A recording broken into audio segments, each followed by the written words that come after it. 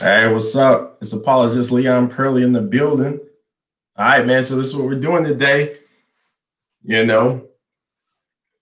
All right. So let me give you that scripture before we get started.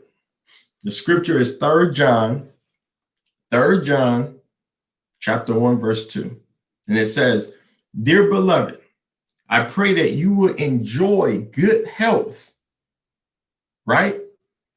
Just as your soul prospers." I'll say it again. 3rd John chapter 1, verse 2. You with me?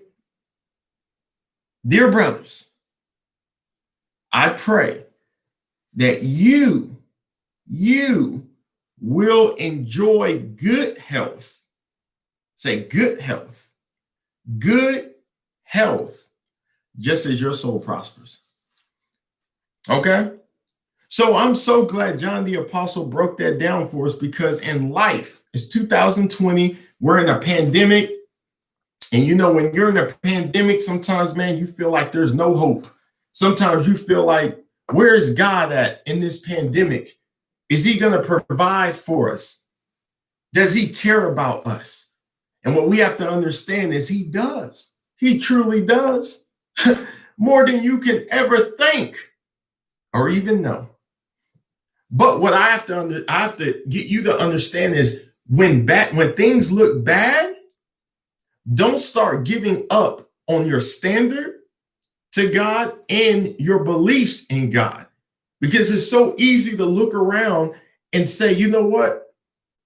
Forget everything. It's a pandemic. I'm gonna eat what I want.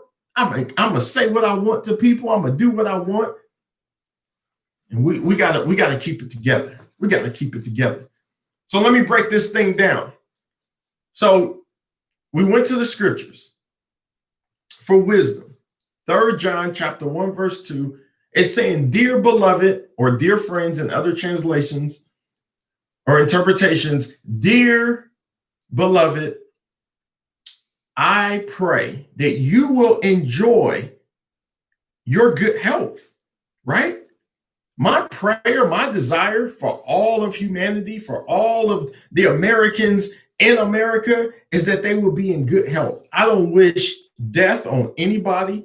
I don't want anybody to be in pain physically. I don't want people to be burdened or burnt out spiritually, mentally, physically. I want people to flourish. The Bible is telling us that if you're in good health physically, I want to make sure that we are enjoying life spiritually as well. Because what happens is, if you are burdened, if your spirit, if your soul is vexed, then your physical body will be the manifestation of that burden.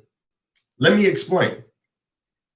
1 Thessalonians chapter 5, verse 23, the Apostle Paul makes it very clear the anatomy of a person. We have a physical body, we have a soul, and we have a spirit. So when you skip over to 3rd John, and he speaks about your soul being in good health, being well with you. What is the soul? The soul is the free will, the mind, and your emotions. So check this out. If I'll use me as for the example, if my choices, my free will in life, like let's say McDonald's, everyone knows that I'm a vegan. I can do, but I decided not to do fast food because I believe that the processed food is killing America, right? So I have to make that choice for myself. It has nothing to do with anybody else. It has everything to do with my own health, so I can be in good health, so I can see my son who's 10 years old.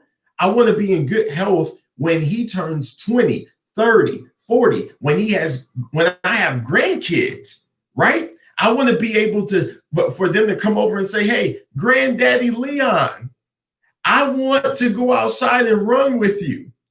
If I eat fast food today, 30 years from now, because I'm 37, 30 years from now I will be 67. And if I look them in the face and say, you know what, because of Mickey D's, I'm unable to run with you just around the block.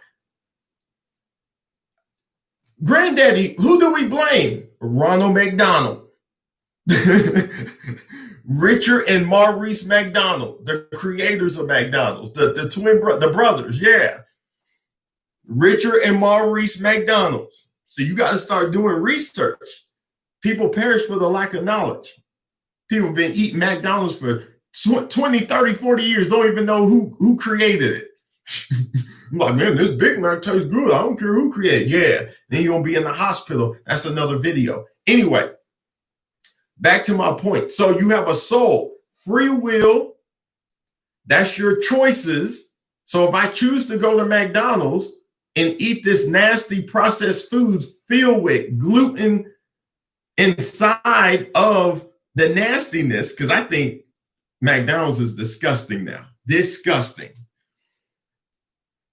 I'm going to suffer the consequences of my actions.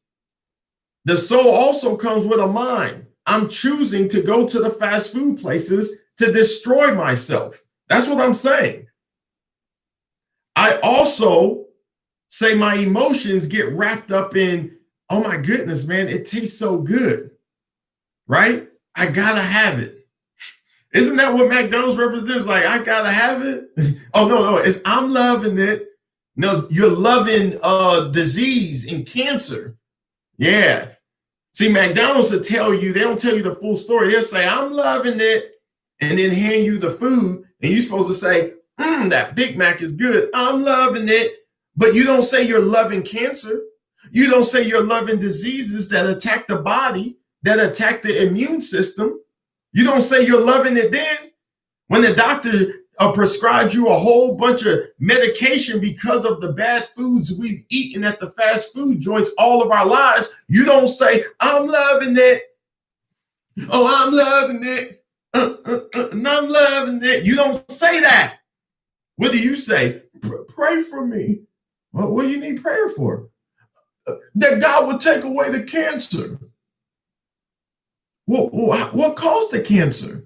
Let's get to the root of the problem. I don't know what caused it. Well, let's go back to the source. Where do you eat? What's your eating habits like? That tells you everything about a person. See, people would get mad and be jealous because you choose to preserve your body. You know, people would be mad because you go to the gym. But it's like, don't be mad at me, be mad at yourself. Okay? If you're going to kill yourself, misery loves company. So now you want me to die with you? We all have to die, but I don't have to go before my time. Okay? So that's what that scripture was. I always have to go to the source. You know, I have to go to God, who's the source of my life and who's the head of my life, before I can even give you practical knowledge. I'm going to give you spiritual knowledge. Now I'm going to switch over to the practical knowledge, because everyone may not believe in Jesus Christ or the Bible. So now I'm about to break it down for all those that may not subscribe to the Bible. You may not be a Christian. You may not subscribe to going to church and giving. Okay, that's fine. Now I'm about to break it down practically for you.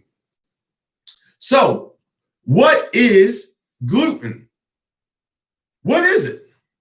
Because a lot of people will try to argue with me, right? And say it's not a protein. I've had these arguments with people and these disagreements, and I'm here to tell you that it is a protein. Take out your iPhone, take out your Galaxy phone, and type in right now, is gluten a protein? Question mark. And watch what comes up. You can apologize to me later. So check this out. Gluten is a protein. It's actually a group of proteins that can be found in flour, rye, barley, and wheat. Now, I know what you're thinking. Man, we're Americans, Leon. We have to eat bread. No, you don't have to eat it, but we all do. I eat wheat bread, but because I know that gluten is in it, those proteins are in it, I have to eat it in moderation. So every now and then, have a cold cut sandwich. That's not going to kill you, But trust me, there's a big difference from eating a whole bunch of fast food from McDonald's, Chick-fil-A, Taco Bell, Pizza Hut. There's a big difference between that list and then you having a cold cut turkey sandwich on wheat bread. Come on, let's be real. Let's keep it real. You know what I'm saying? Let's keep it real. So, what causes this, man? Like, what can happen when you have eaten gluten things? Okay. What happened to my mic? Is this thing on? Okay. So what happens when you eat gluten thing? Okay, what is gluten? Gluten is also like a glue that keeps the food together. Okay. So that's what it is. So when you go to Walmart, you go to Sprouts, you go to Whole Foods, and you start to see or recognize, a lot of people don't recognize these things. It's right in front of you. Recognize why. Have you ever questioned yourself on why the bread now says gluten free? I'm going to tell you why. Because a lot of people have found that when after all of these years of eating so much things filled with gluten, that when they went to the hospital and seen the doctor told them, yeah, you got to change your eating habits. What? Why, doc? Because it's filled with gluten. And the gluten is the protein, it's the group of proteins that's found inside of those different types of breads and flour. I gave you the list, the rye bread, the wheat bread, the barley bread. Okay? So I'm telling you to help you. You can make your sandwiches or you can choose not to. That's your prerogative. But what I'm here to tell you is that gluten is a protein. All doctors will tell you, oh yeah, you got to have a lot of protein in your life. But you got to be careful because all proteins aren't good for you because gluten is a protein. It's a group of proteins. I can't stress that enough because one thing about me is before I speak, I've done my research. So when people try to argue or debate with me, I'm telling you, man, you're going to lose because you got to go and do your research. You can Google anything. Go right now and Google, is gluten a protein? ? And watch what comes up. I'm not done. Okay, now we're going to take it to the next level. And we're going to talk about what happens when the gluten triggers something inside your body. Okay, I'm going to tell you what triggers inside your body. It's the immune system, which is in the small intestine. And the small intestine is where you get your nutrients at. Okay. So if the gluten is damaging your small intestines, guess what? You're not getting the full amount of nutrients that your body needs daily. So even if you think you're eating some healthy foods or some unhealthy foods, guess what? Your body is not getting the nutrients it needs because it's been damaged, because the gluten actually over time, it's a proven fact that it destroys and damages the lining on around the small intestines. So, okay, let me do this. Let me break this down. So let's say I go to McDonald's. I haven't eaten there in over 3 years, but let's go to McDonald's for a second. And I get a quarter pounder, okay? Quarter pounder. I was going to do Big Mac, but let's just say quarter pounder. Okay. So I have the quarter pounder. I eat the quarter pounder. It goes in my mouth through the lower esophagus. It goes into the stomach. The stomach crushes the quarter pounder, turns it into a liquid. Then it goes into the small intestines. The small intestines then tries to pull any nutrients out of this processed food it possibly can. So if there's anything healthy in that quarter pounder, the small intestines will work overtime trying to pull as much nutrients, if there is any, because you already know what McDonald's food is. That processed food is not good for the system. Anyway, the small intestines were trying to pull the nutrients. Then from there, it's now transferred over to the large intestines, aka the colon. Okay, this is where everything turns into waste. Okay, then from there, it goes into the rectum. Then through there, it travels through the muscle called the anus, and then voila, flush the toilet. The reason why it stinks is because the body lets off a chemical called sulfur. That's why everything stinks. So flush the toilet. Okay? So what we have to understand is with gluten, you have to be careful because everybody's stomach can't handle gluten. It can't. It can cause infertility. It can cause osteoporosis. It can cause bloating. It can cause cramping. It can cause migraines. It can cause back problems. It can cause an array of things, right?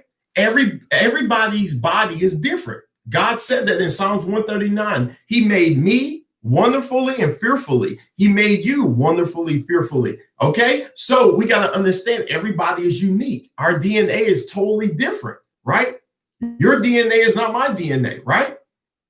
My information in my DNA is different from yours. So what we got to understand is that you may be able to eat at McDonald's for 80 years and nothing happens. You may be able to smoke cigarettes for 80 years and nothing seems to happen. You can be an alcoholic for 80 years and nothing seems to happen. But I could be that person that if I eat McDonald's for 40 years of my life, now I have acid reflux, which I have had. That's what changed my ways. The acid reflux for 11 months.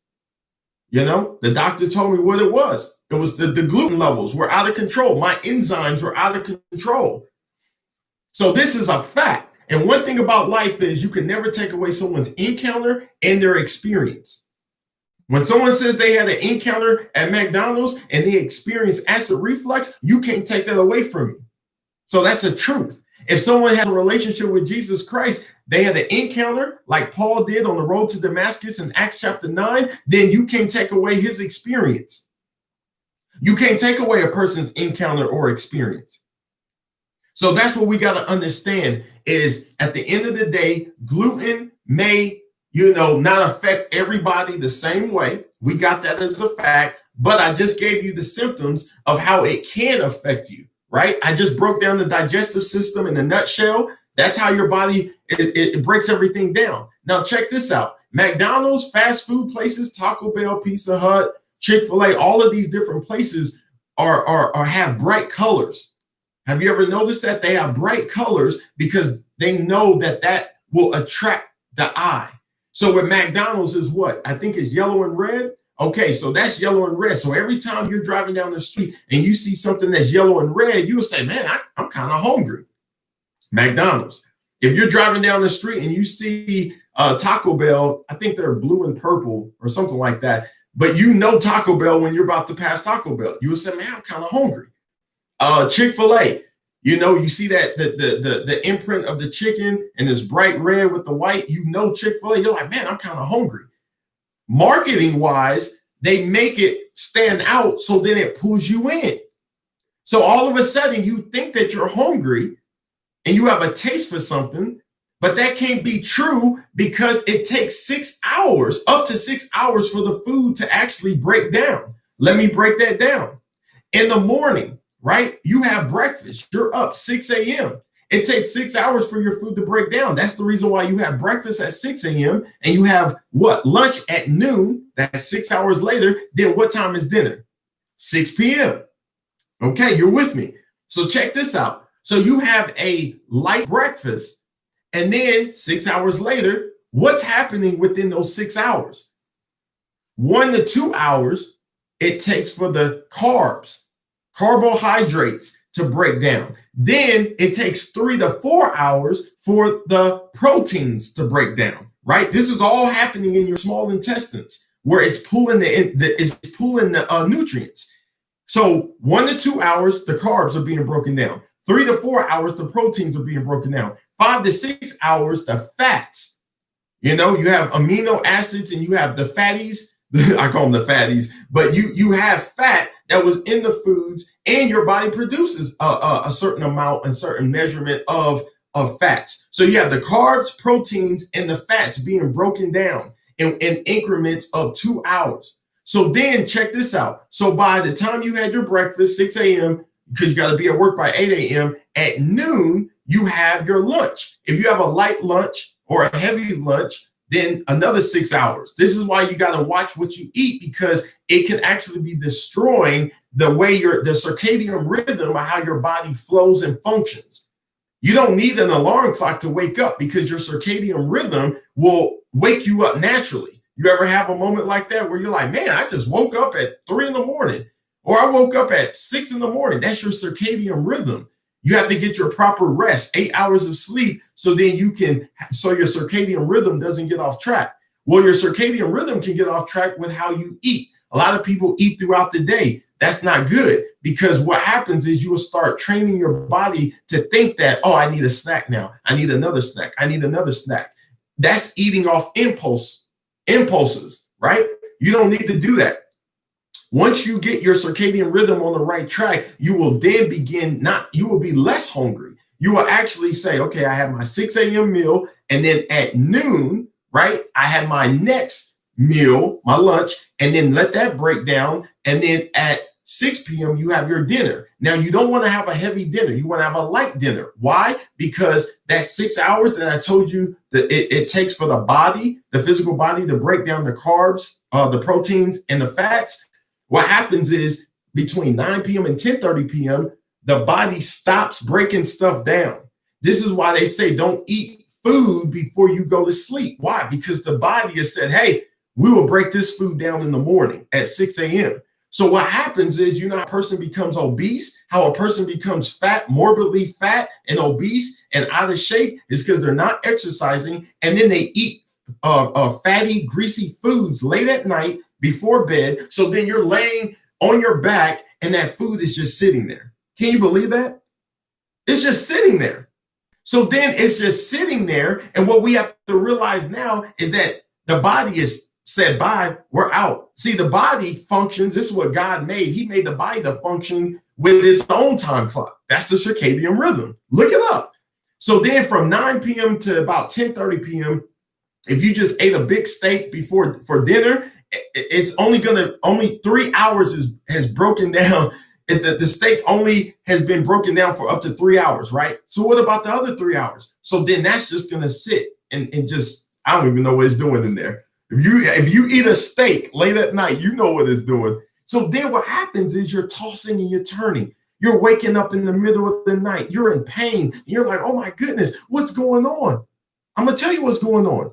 The body is shut down and it's not digesting the food, the heavy food, the greasy food that you intake, you had before you went to bed.